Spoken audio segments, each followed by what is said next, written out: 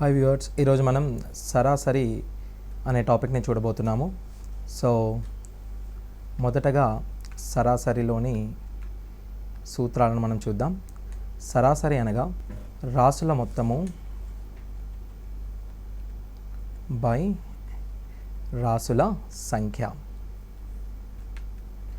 రాసుల మొత్తాన్ని రాసుల సంఖ్యచే మనం భాగించినట్టయితే మనకు సరాసరి వస్తుంది. సరాసరి లేదా సగటు అనగా రాసుల మొత్తము బై రాసుల సంఖ్య. ఈ సూత్రాన్ని మనం యూజ్ చేసుకొని రాసుల సంఖ్యని కూడా కనుక్కోవచ్చు. రాసుల సంఖ్య రాసుల మొత్తము బై సరాసరి చేయగా మనకు రాసుల సంఖ్య వస్తుంది. అదేవిధంగా రాసుల మొత్తము రాసుల సంఖ్య ఇంటూ సరాసరి, అప్పుడు మనకు రాసుల మొత్తము వస్తుంది. సో రాసుల మొత్తము సరాసరి ఇంటూ రాసుల సంఖ్య. సో రాసుల మొత్తము ఈజ్ ఈక్వల్స్ టు సరాసరి ఇంటూ రాసుల సంఖ్య.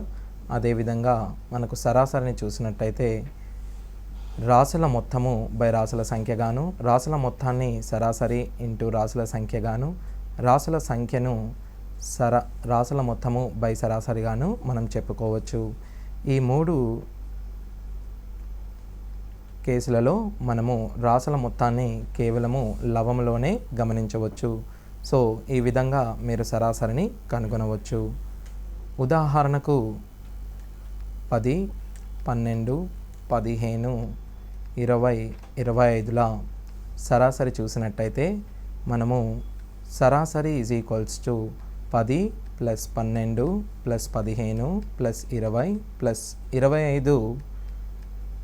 మనకు మొత్తం రాసుల సంఖ్యను చూసినట్టయితే 1, 2, 3, 4, 5గా ఉన్నాయి. సో మనము దీనిని 5చే భాగించాలి. 15 + 25 40, 60, 72, 82. ఈ 82ను మనం 5చే భాగించినట్లయితే మనకు 6.4గా వచ్చును. సో మనకు సరాసరి 16.4గా వచ్చును. ఇది మనము 3 అంకెల సంఖ్యలను తీసుకున్నట్టయితే 312, 315, 323, 329, 335ను తీసుకున్నట్టయితే ఇప్పుడు సరాసరి కనుక్కోవడానికి మనము రాసుల సంఖ్య రాసుల మొత్తముని కనుక్కోవాల్సి ఉంటుంది. సరాసరి అనగా రాసుల మొత్తము బై రాసుల సంఖ్యను మనం చేయవలసి ఉంటుంది. రాసుల మొత్తము అనగా ఈ 3 అంకెల సంఖ్యల 5ంటిని మనము జత చేయాలి. కానీ మనకు ఇచ్చిన సమయంలో ఈ 3 అంకెలను జత చేయడము చాలా టైం టేకింగ్గా ఉంటుంది. సో దీనికోసం మనం ఈ 3 అంకెలలో ఈ 5 అంకెలను దగ్గరగా ఉన్న అంకెను మనం ఒక సరాసరిగా అనుకున్నాం అనుకోండి. 320 అనేది ఈ 5 అంకెలకు దగ్గరగా ఉన్న సంఖ్య. ఈ సంఖ్య 312 మరియు 335కు మధ్యలో ఉన్నందున మనము 320ని మన సరాసరిగా అనుకుంటున్నాము. 320ని మనము 312తో కంపేర్ చేసినప్పుడు మనకు 312 8 తక్కువగా ఉన్నట్టు మనం గమనించవచ్చు. సో ఆ తక్కువ ఉన్న మొత్తాన్ని మనం ఇక్కడ రాసుకుంటున్నాము. అదేవిధంగా 315 320 కంటే 5 తక్కువగా ఉన్నందున -5, 323 320 కంటే 3 ఎక్కువగా ఉన్నందుకు +5, 329 320 కంటే 9 ఎక్కువగా ఉన్నందుకు +5, ఇది 15 ఎక్కువగా ఉన్నందుకు +15ని మనం చేయాలి. -8 -5 అనగా -13 గాను, -3 +3 9 12 అండ్ 15 27 గాను మనం గమనించవచ్చు. మొత్తానికి మనకు -13 27 మనము +14గా గమనించవచ్చు. మనం అనుకున్న సరాసరి కంటే మనకు 14 ఎక్కువగా వచ్చినది. కావున ఈ 14ను మనము 5 భాగాలుగా విభజించాలి. ఎందుకనగా మనము కనుక్కున్న సరాసరి 5 సంఖ్యల సరాసరి. కావున ఈ 14ను మనం 5 భాగాలుగా విభజించాలి. సో 5 భాగాలుగా విభజించినట్లయితే 320 ప్లస్ 2.8గా వచ్చును. ఇలా చేసినట్లయితే మనము సంఖ్యలను జత చేయకుండానే సరాసరిని కనుగొనే అవకాశం ఉంటుంది. 322.8 అనేది ఈ సంఖ్యల యొక్క సరాసరి. ఇలా చేయడం వల్ల మనము సమయాన్ని ఆదా చేసుకునే అవకాశం ఉంటుంది. ఇదే విధంగా మనము ఈ అంకెలను తీసుకున్నట్టయితే దీని యొక్క సరాసరిని ఇంకో నెంబర్ కూడా అనుకొని మనం చేయవచ్చు. 323ని సరాసరిగా మనం అనుకుంటే 323 కంటే 312 అనేది 9 తక్కువగా ఉన్నందున ఇక్కడ -9 అని, అదేవిధంగా -11 అని, అదేవిధంగా 315 8 తక్కువగా ఉన్నందున -8 అని, 323ను మనం 323చే కంపేర్ చేసుకున్నట్టయితే 0 అని, 323 329 కంటే 6 ఎక్కువ ఉన్నందున ఇక్కడ +6 అని, ఇక్కడ 12 ఎక్కువగా ఉన్నందున +12 అని మనం అనుకుందాం. సో ఇప్పుడు మనం చూసినట్టయితే ఇది -19, ఇది +18గా మనకు వచ్చును. మనము తీసుకున్న అంకె కంటే -1 తక్కువగా వచ్చినది. ఇప్పుడు మన సరాసరి 323 -1. ఈ 1ని మనం 5 భాగాలుగా విభజించాలి. 323 -0.2 ఇప్పుడు మనకు 322.8గా వచ్చును. ఇందాక చేసుకున్న సరాసరి మరియు ఇప్పుడు చేసుకున్న సరాసరి 2 కేసులలో మన సరాసరి ఈక్వల్గా వచ్చింది. అనగా మనము సరాసరిని అజ్యూమ్ చేసుకునేటప్పుడు ఏదేని ఒక నెంబర్ 312 మరియు 335 మధ్యలో గల నెంబర్ను మనం తీసుకోవలను. ఆ విధంగా చేసినట్లయితే మీరు సమయాన్ని ఆదా చేయవచ్చు. అదేవిధంగా 76, 379, 382, 389, xల సరాసరి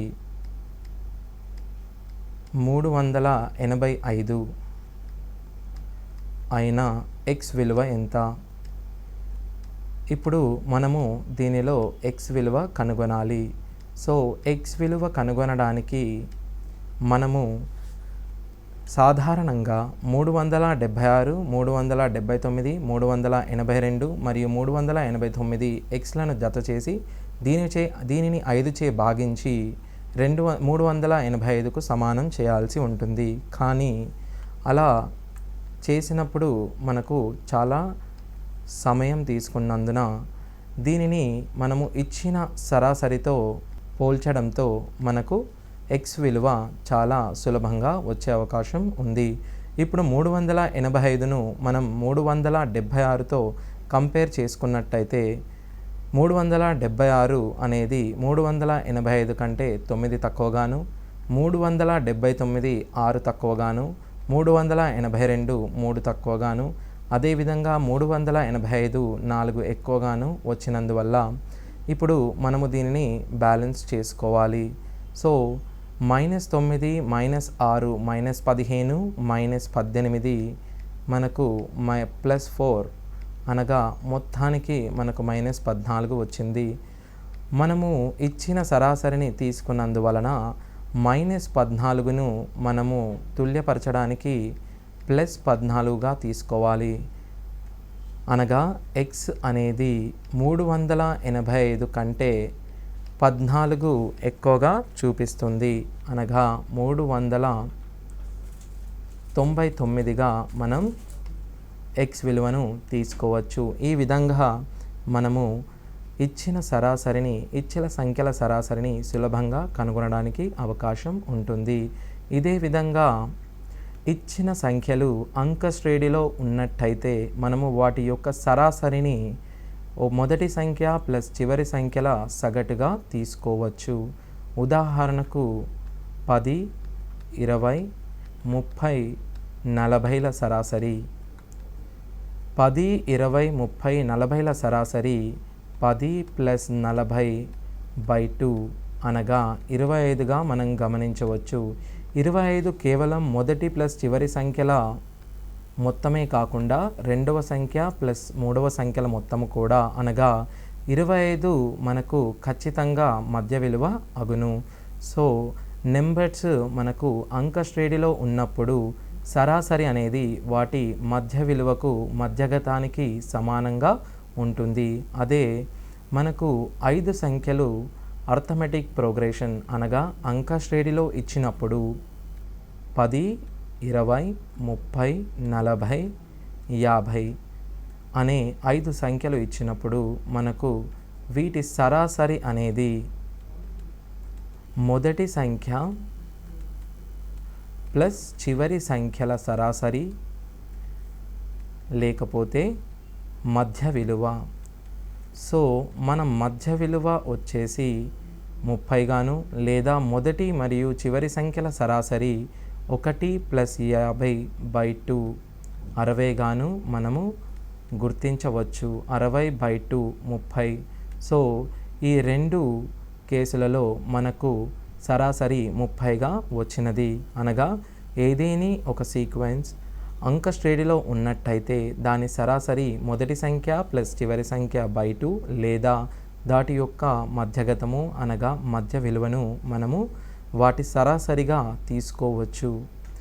ఇదే విధంగా మొదటి ఏవేని 5 వరుస సరి సంఖ్యలు తీసుకున్నట్టయితే 5 వరుస సరి సంఖ్యలు 20 నుండి మనం తీసుకున్నట్టయితే 20, 22, 24, 26, 28 5 వరుస సరసంఖ్యల సరాసరి 24గా మనం గుర్తించవచ్చు. అదేవిధంగా 5 వరుస సరిసంఖ్యల 4 వరుస సరిసంఖ్యల సరాసరి 78తో మొదలయ్యే 4 వరుస సరిసంఖ్యల సరాసరి 78, 80, 82, 84 అయినందువల్ల వీటి మధ్య విలువను మనము 81గా గుర్తించవచ్చు. అయిన వీటి సరాసరి 81.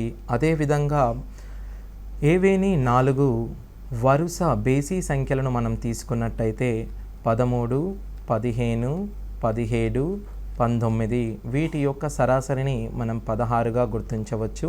అదే ఏవేని వరుస 8 సంఖ్యలను తీసుకున్నట్టయితే 8 పూర్ణ సంఖ్యలను నేను ఇప్పుడు తీసుకుంటున్నాను. 70, 71, 72, 73, 74, 75, 76, 77 వీటి యొక్క సరాసరి మొదటి సంఖ్య ప్లస్ చివరి సంఖ్య /2 లేదా మధ్య విలువ అనగా 73.5 మధ్యలో ఉన్న రెండు సంఖ్యలను సరాసరి చేసిన ఈ మొత్తం శ్రేణి యొక్క సరాసరి మనకు వచ్చును. ఇది కేవలం మనకు ఇచ్చిన శ్రేణి అంక శ్రేణిలో ఉన్నప్పుడు మాత్రమే ఈ సూత్రమును మనము ఉపయోగించవలెను. సో ఇచ్చిన శ్రేణి అంక శ్రేణిలో ఉన్నందువల్ల నేను మొదటి సంఖ్య ప్లస్ చివరి సంఖ్య /2 లేదా మధ్య విలువ /2 అనేది చేయడం జరిగినది. ఉదాహరణకు 4 వరుస సరి సంఖ్యల 4 వరుస సరి సంఖ్యల సరాసరి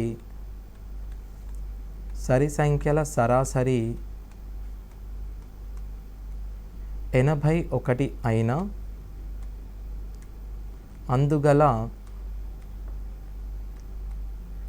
అతిపెద్ద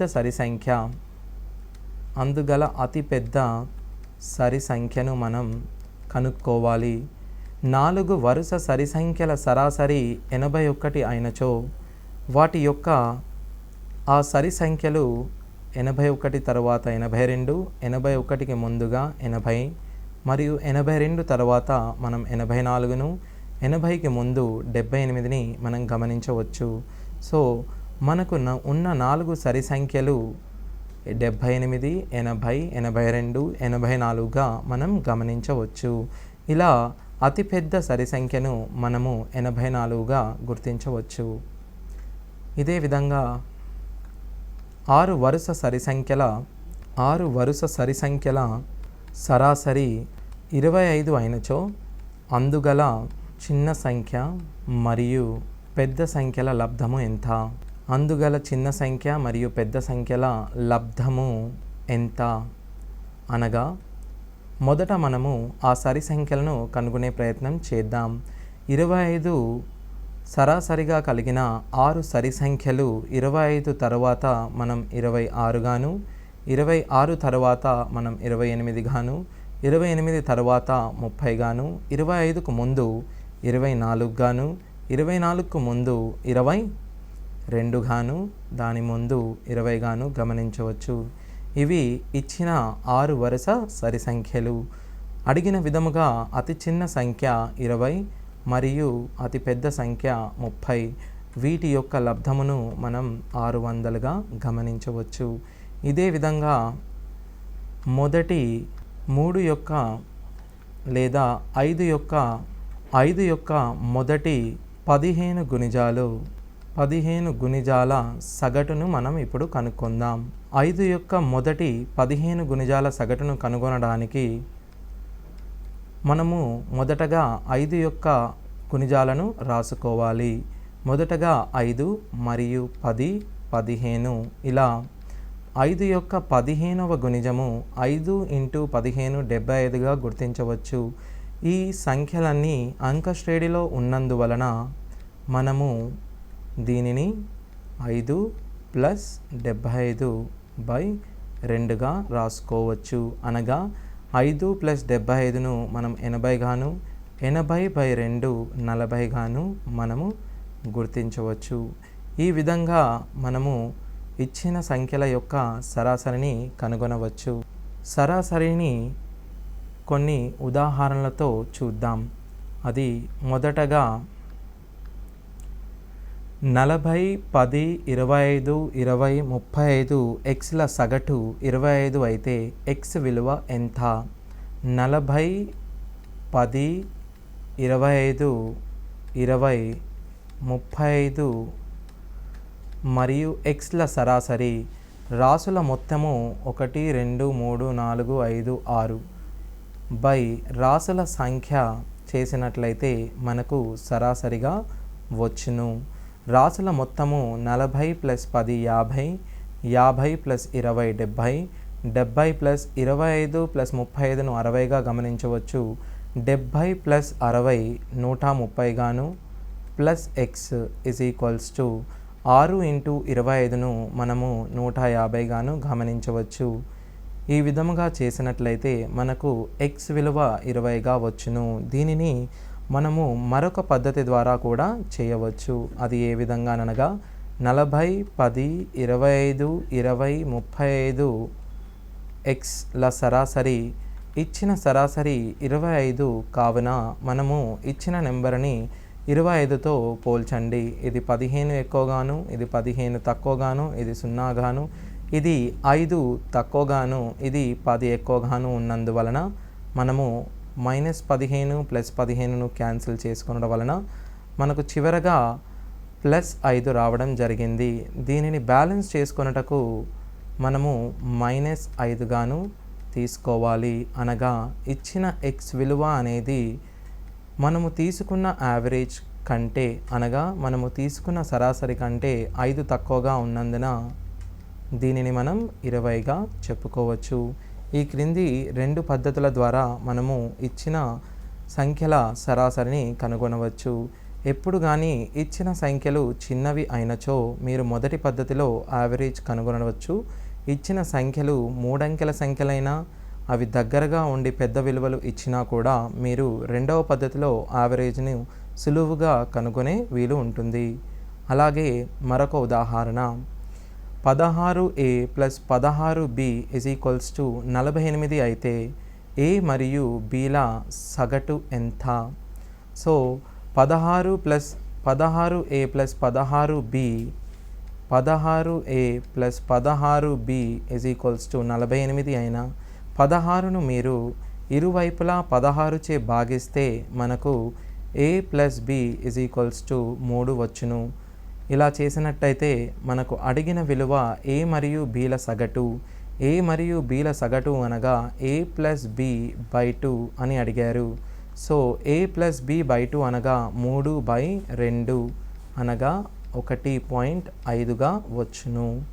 సో ఇదే విధంగా మనము మూడవ ఉదాహరణను చూద్దాం. మూడవ ఉదాహరణ 5 యొక్క మొదటి 15 గుణిజాల సరాసరి.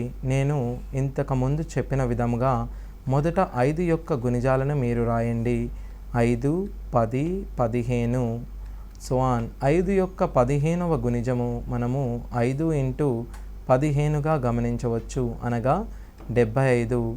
ఈ అన్ని సంఖ్యలు అంకశ్రేణిలో ఉన్నందున మీరు వీటి యొక్క సరాసరి మొదటి సంఖ్య ప్లస్ చివరి సంఖ్య బై 2గా గుర్తించవచ్చు, అనగా 80/2 40గా వీటి సరాసరిని మనం గుర్తించవచ్చు. అదేవిధంగా 6 సంఖ్యల సరాసరి 20, మొదటి 4 సంఖ్యల సగటు 25 అయినచో చివరి 2 సంఖ్యల సగటు ఎంత? 6 సంఖ్యల సగటు 20 అయినచో x1 + x2 + x3 + x4 + x5 + x6 = 20 × 6. రాసుల మొత్తము సరాసరి ఇంటూ రాసుల సంఖ్య. ఈ విధంగా మనం చేసినచో 120 వచ్చును.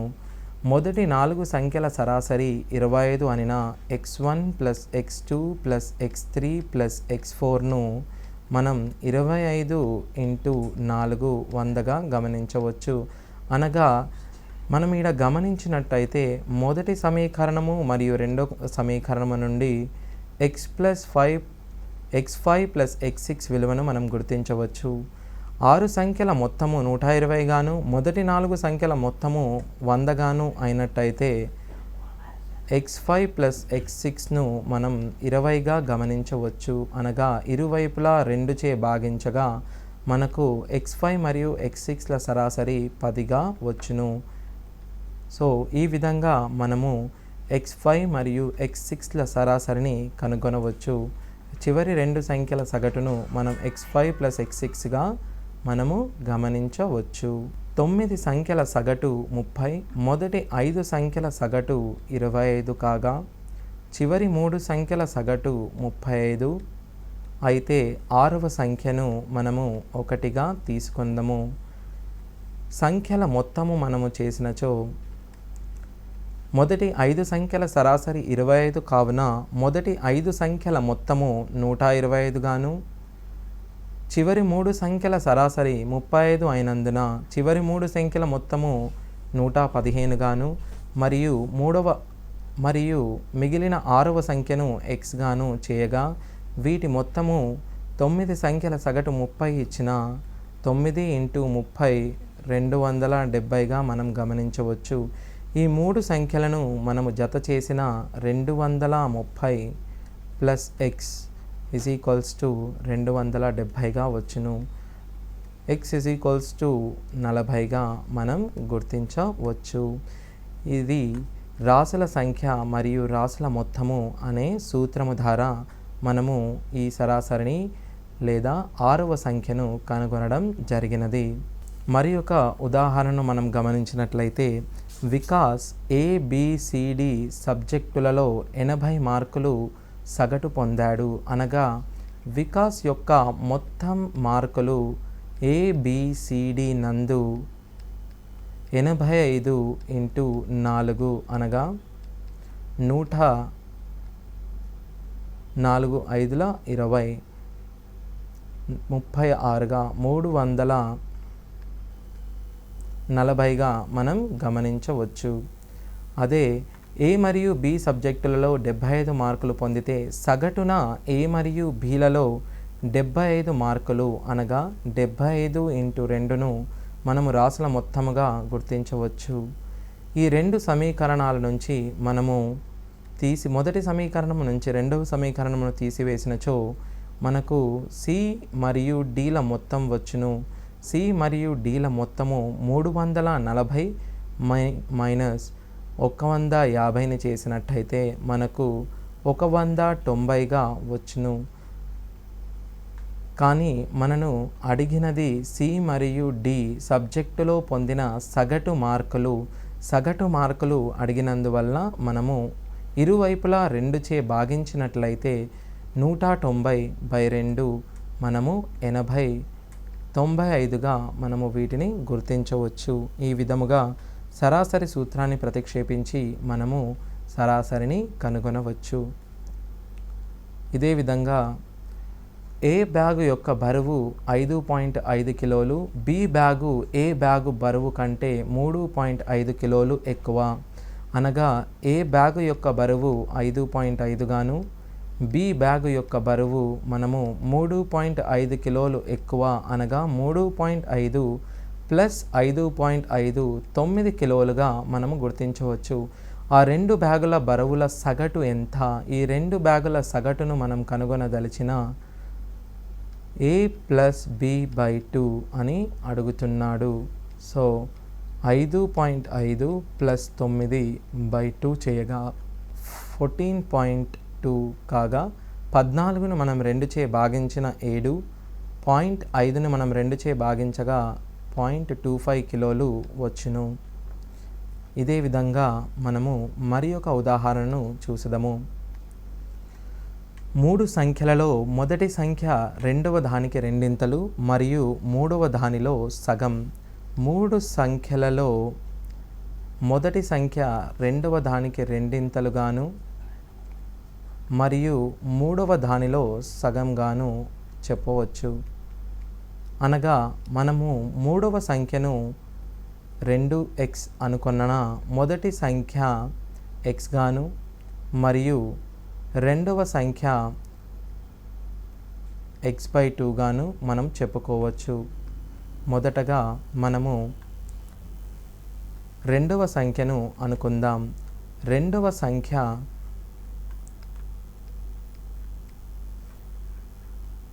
మూడవ దానికి మొదటి సంఖ్య రెండవ దానికి రెండింతలు అనగా రెండవ సంఖ్యను మనం x అనుకొనిన మొదటి సంఖ్య 2x అవును.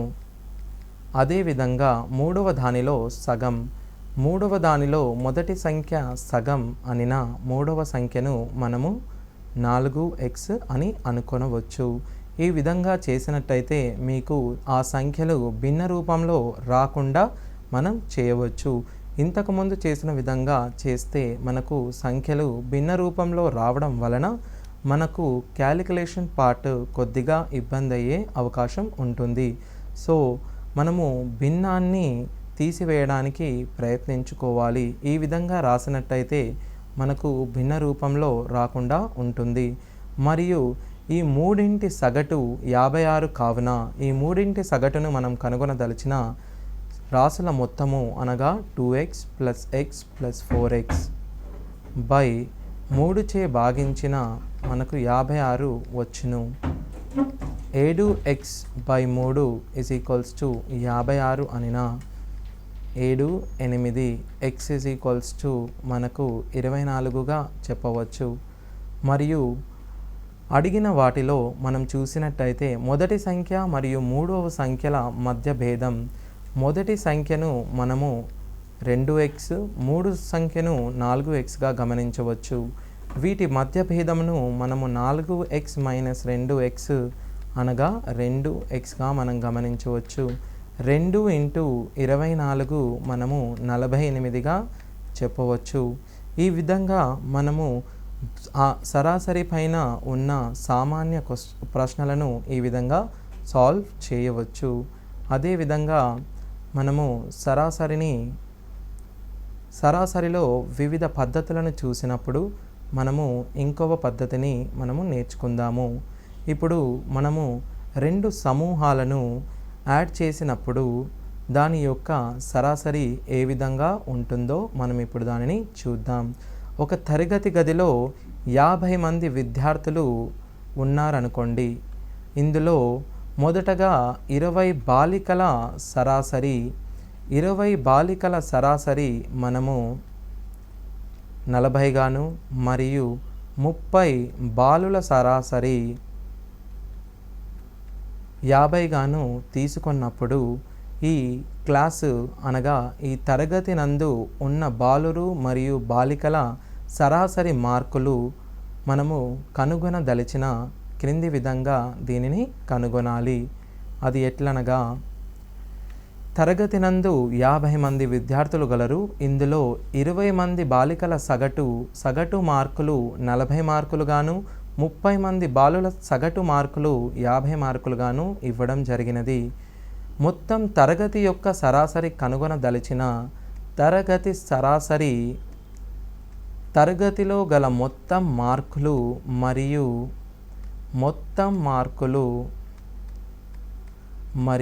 మొత్తం విద్యార్థుల సంఖ్యచే మనము భాగించవలసి ఉంటుంది. తరగతిలోని మొత్తం మార్కులు కనుగొనుటకు మనము సరాసరి యొక్క సూత్రాన్ని ఉపయోగించవలసి ఉంటుంది. మొత్తం మార్కులు = సరాసరి ఇంటూ రాసుల సంఖ్యగా మనం గమనించవచ్చు. అలా గమనించినట్లయితే 40 × 20 గాను, 50 × 30 గాను చెప్పవచ్చు. అనగా బాలికల మొత్తం మార్కులు 800 గాను, బాలుర మొత్తం మార్కులు 1500 గాను మనం గమనించవచ్చు. 15 + 8ను 2300 గాను మనం చెప్పుకోవచ్చు. ఈ విధంగా తరగతిలోని మొత్తం విద్యార్థుల సరాసరి మార్కులు 2300 విద్యార్థుల సంఖ్యను చూసినట్లయితే 50 గాను, మొత్తం సరాసరి 46 మార్కులుగాను మనం గమనించవచ్చు.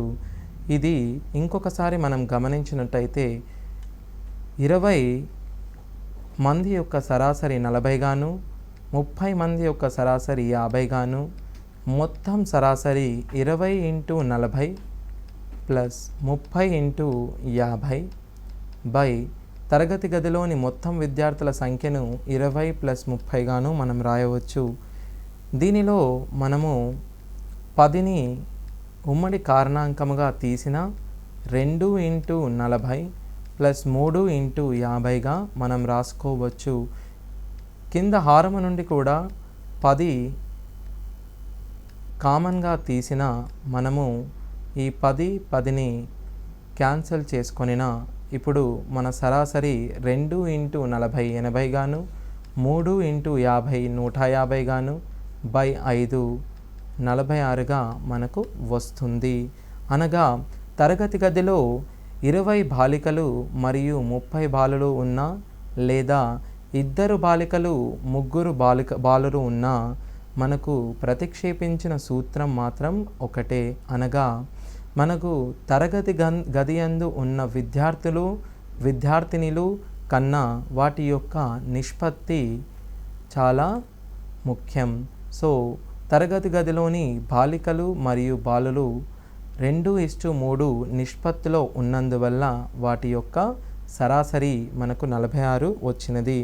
ఇదే ప్రశ్నను తరగతి గదిలో మనము 34 మంది బాలికలు యొక్క సరాసరి మార్కులు 40 గాను, 51 బాలుల సరాసరి 50 గాను చెప్పినట్లయితే వీరి యొక్క మొత్తం సరాసరి మనము 46గా గమనించవచ్చు.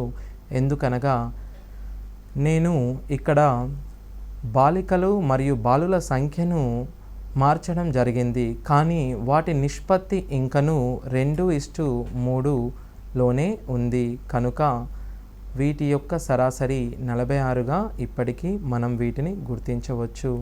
అనగా n సమూహాలుగా కలిగిన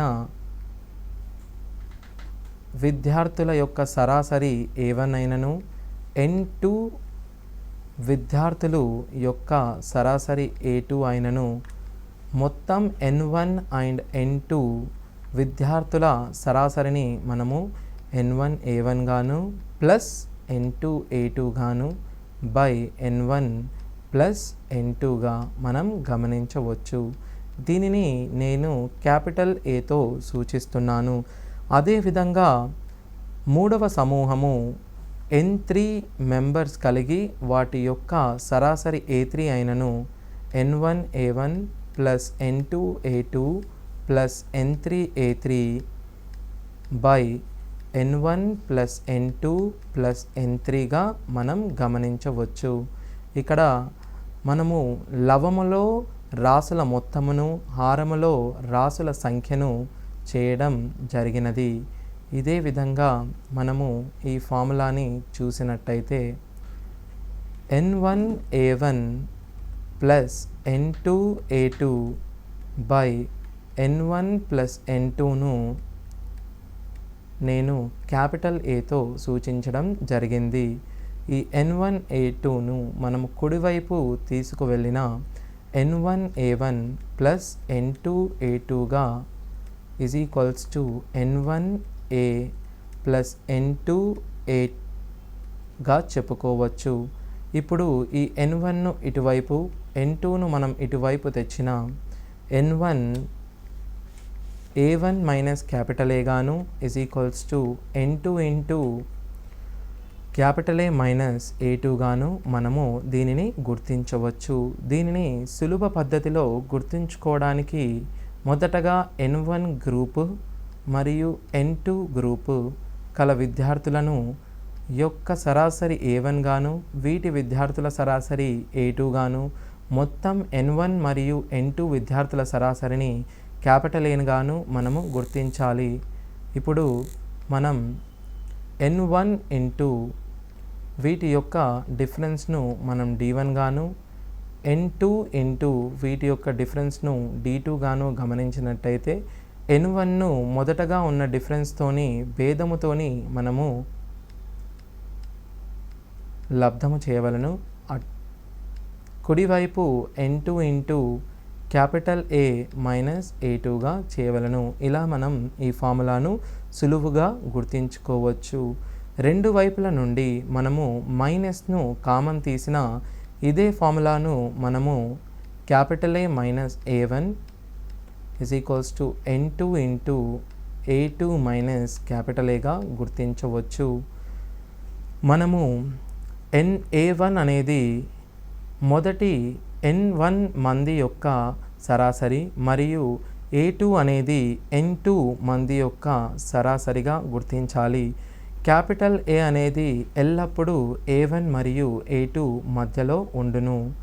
A1 అనేది క్యాపిటల్ ఏ కన్నా ఎక్కువగా ఉన్న సందర్భంలో మనము మొదటి ఫార్ములాను, మరియు A2 అనేది క్యాపిటల్ ఏ కన్నా ఎక్కువగా ఉన్న సందర్భంలో మనము రెండవ ఫార్ములాను ఉపయోగించడం జరుగుతుంది.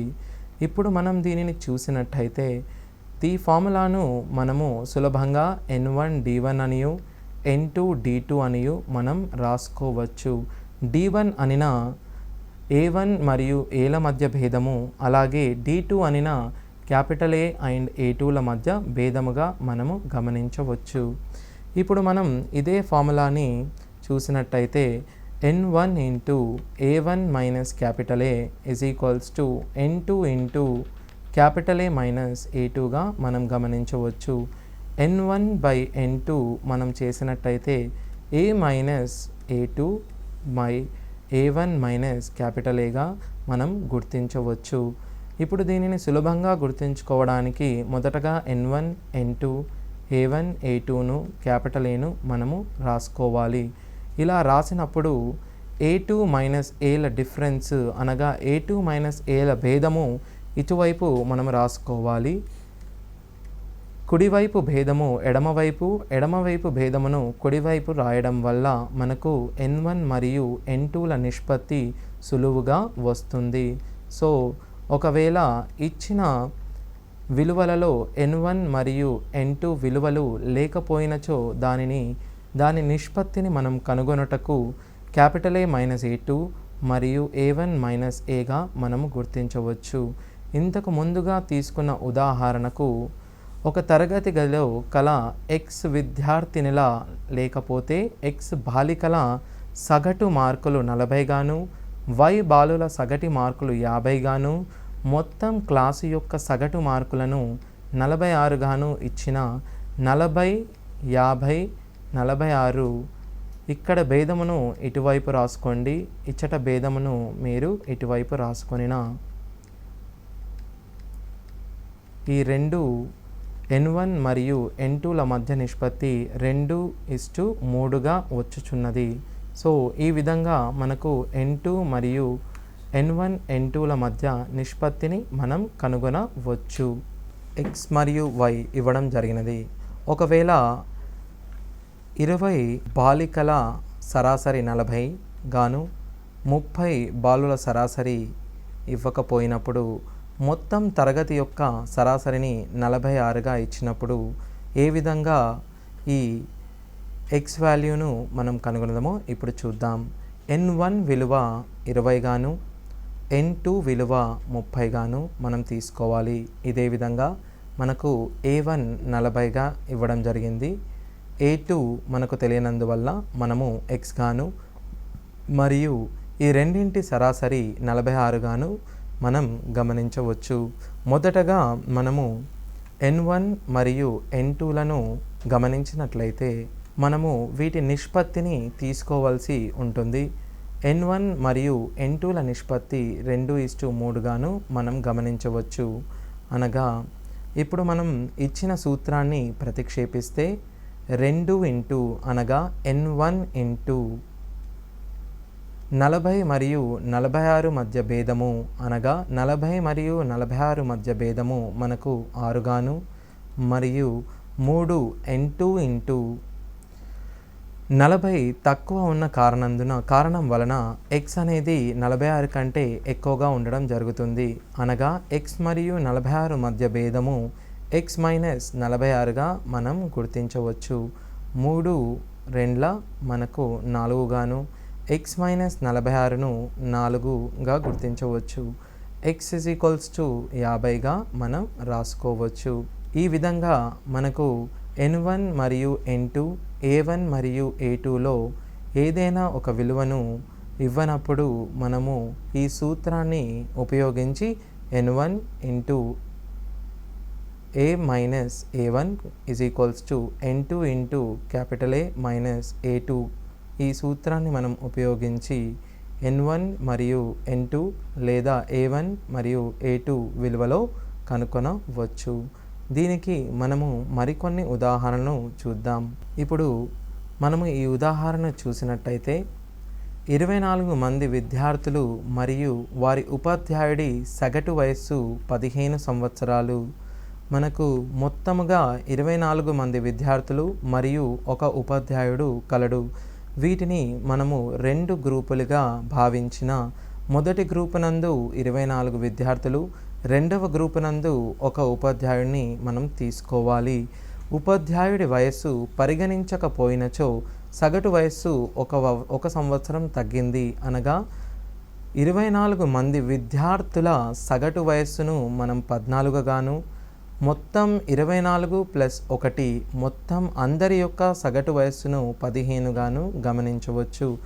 మరియు ఉపాధ్యాయుడి సగటు వయస్సు మనం xగా తీసుకున్నా ఇప్పుడు మనము ఇచ్చిన సూత్రాన్ని ప్రతిక్షేపించడం ద్వారా ఉపాధ్యాయుడి వయస్సును కనుగొనవచ్చు. అది ఎట్లనగా n1 ఇంటూ n1 అనగా 24 ఇంటూ 14 మరియు 15ల మధ్య భేదం అనగా 1. 14 15 కంటే తక్కువ ఉన్నందున మనము 1 ఇంటూ x మైనస్ 15గా తీసుకోవచ్చు. ఈ విధంగా చేసినట్లయితే x is equals to 24 plus 15 39గా సులభంగా మనం జవాబుని రాబట్టుకునే అవకాశం ఉంటుంది. ఇది మనము ఏమాత్రము అధిక క్యాలిక్యులేషన్స్ లేకుండా సులువుగా చేయడం జరిగింది. దీనిని మనం గ్రూపింగ్ కాన్సెప్ట్ అని అంటాము. దీనికి ఉపయోగించిన formula n1 into a1 minus A is equals to n2 into a minus a2గా మనం చెప్పవచ్చు. ఇదే విధంగా మనము మరికొన్ని ఉదాహరణలు చూద్దాం. రెండవ ఉదాహరణలో మీరు చూసినట్టయితే మరలా ఒక తరగతిలో 100 మంది విద్యార్థులు ఉన్నారు. బాలికల సంఖ్య కంటే 10 ఎక్కువ.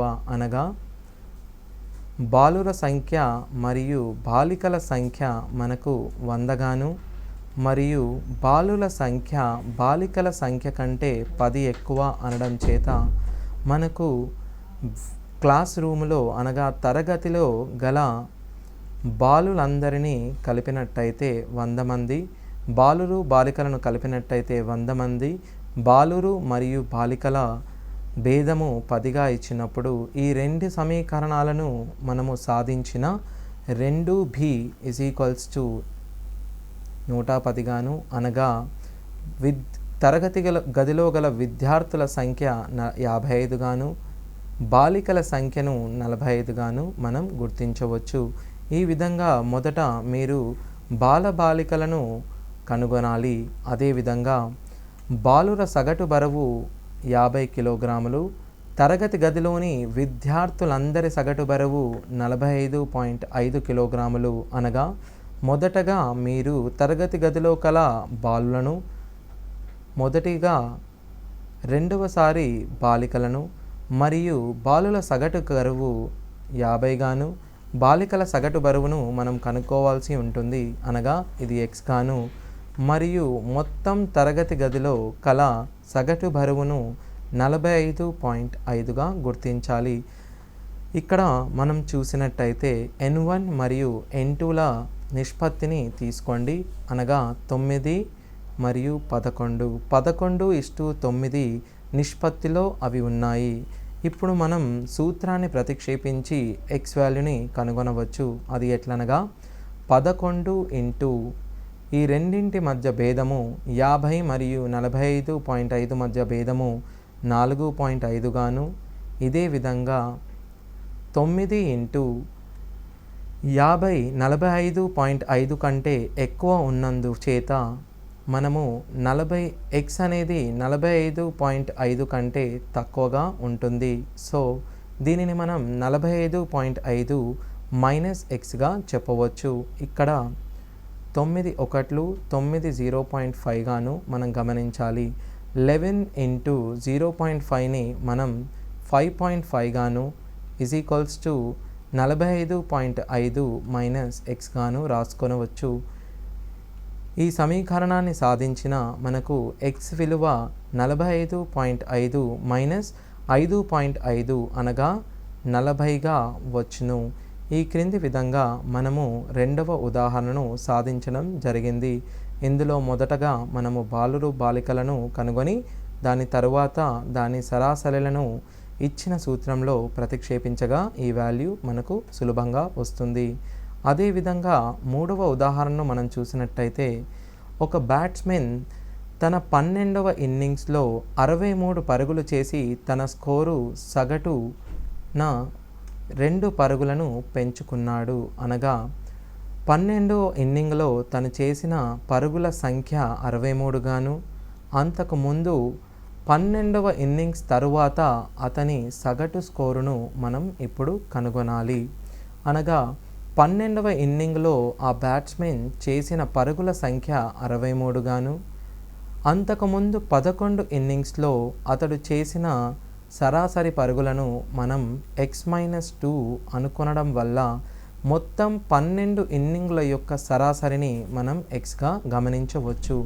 దీనిని మనం ఇక్కడి నుంచి చూడవచ్చు. తన స్కోరు సగటు దానివల్ల 2 పరుగులు పెంచుకున్నారు. అనగా 11 ఇంటూ x-2 మరియు xల మధ్య భేదము 2 గాను, మరియు 1 ఇంటూ x-2 x కంటే తక్కువ ఉన్నందువల్ల 63 x కంటే ఎక్కువగా ఉండడం మనం గమనించవచ్చు. 63 మైనస్ xగా మనం గుర్తించవచ్చు. ఈ విధంగా 63 మైనస్ xని 22 గాను, x = 63 మైనస్ 22 41 గాను మనం గుర్తించవచ్చు. ఈ విధంగా మనం మూడవ ఉదాహరణను సులువుగా క్యాలిక్యులేట్ చేసుకోవచ్చు. ఇదే విధంగా నాలుగవ ఉదాహరణను మనం చూద్దాం. ఒక తరగతిలోని 28 మంది విద్యార్థుల సగటు వయస్సు 12 సంవత్సరాలు.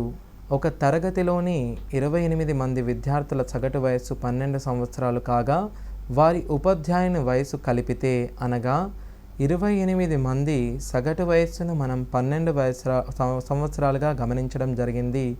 వారి ఉపాధ్యాయుని వయస్సు అనగా ఒక వ్యక్తిని మనం కలిపిన వారి సగటు మరొక సంవత్సరం పెరుగుతుంది. అనగా ఇప్పుడు 29 మంది యొక్క సగటు 13గా మనం గమనించవచ్చు. అనగా ఉపాధ్యాయుని సగటును మీరు ఎక్స్గా అనుకోండి. ఇప్పుడు మరల మనం అదే ఫార్ములాను ప్రతిక్షేపించిన అనగా n1 28 ఇంటూ 12 మరియు 13ల మధ్య భేదం 1గాను, n2 అనగా 1 ఇంటూ 12 13 కంటే తక్కువ ఉన్న కారణం చేత x అనేది 13 కంటే ఎక్కువగా ఉంటుంది. అనగా మీరు x - 13 అని రాయగలరు. x = 28 మైనస్ ఇటు రావడం వల్ల మీకు +13గా మారుతుంది. 28 13ను మనం జత చేసిన మనకు 41 వస్తుంది. ఈ విధంగా మనము దీని యొక్క జవాబుని కనుక్కొనవచ్చు. ఇదే విధంగా మనము మరి ఒక ఉదాహరణను చూద్దాం. ఒక తరగతి గదిలోని 150 మంది విద్యార్థుల సగటు బరువు 60, 50 మంది విద్యార్థుల సగటు బరువు 70 కిలోగ్రాములు అయితే విద్యార్థుల సగటు బరువు ఎంత? ఒక తరగతిలో మొత్తం 150 మంది విద్యార్థుల సగటు బరువు 60. అందులో విద్యార్థుల సంఖ్య అనగా 50 మంది విద్యార్థుల సరాసరి 70 కిలోగ్రాములుగాను ఇచ్చారు. విద్యార్థులు 50 మంది అనినా మొత్తం 150 మంది కాగా విద్యార్థులను మనము 100గా గుర్తు పట్టవచ్చు. ఈ విధంగా చేసినట్టయితే మొత్తం సరాసరి బరువు 60. విద్యార్థినుల సరాసరి బరువును మనం xగా తీసుకున్నట్టయితే మనము తిరిగి సూత్రములో ఈ విలువలను ప్రతిక్షేపించదము. అప్పుడు n1 మరియు n2ల రేషియో 1:2గా మనం తీసుకోవచ్చు. n1 అనినా 1 ఇంటూ 70 మరియు 60ల భేదము 10గా, 2 ఇంటూ 70 అనేది 60 కంటే ఎక్కువ ఉన్నందున x అనేది 60 కంటే తక్కువగా ఉండడం మనం గమనించవచ్చు. 60 - xగా మీరు రాసుకోవచ్చు. 2 మరియు 5లో పోతుంది కావున 5 = 60 - xగా మనం గమనించవచ్చు. x = 60 - 5 55గా మనం గమనించవచ్చు. సో ఈ కింది ఉదాహరణను మనము చేశాము. సో ఈ ఉదాహరణను మీరు గమనించి సరిగ్గా ప్రాక్టీస్ చేయగలరని కోరుతున్నాను. ధన్యవాదాలు.